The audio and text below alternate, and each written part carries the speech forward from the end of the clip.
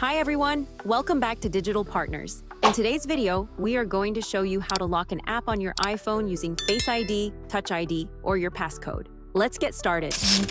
Go to the home screen on your iPhone, find the app you want to lock. Press and hold the app icon until the Quick Actions menu appears. Tap on Require Face ID, or it might say Require Touch ID or Require Passcode, depending on your device. Tap Require Face ID again to confirm. Then authenticate using your Face ID, Touch ID, or passcode. Now, every time you or someone else tries to open the app, authentication will be required. Keep in mind that some built-in apps like Calculator, Camera, Clock, Contacts, Find My, Maps, Shortcuts, and Settings can't be locked with this method. And that's it.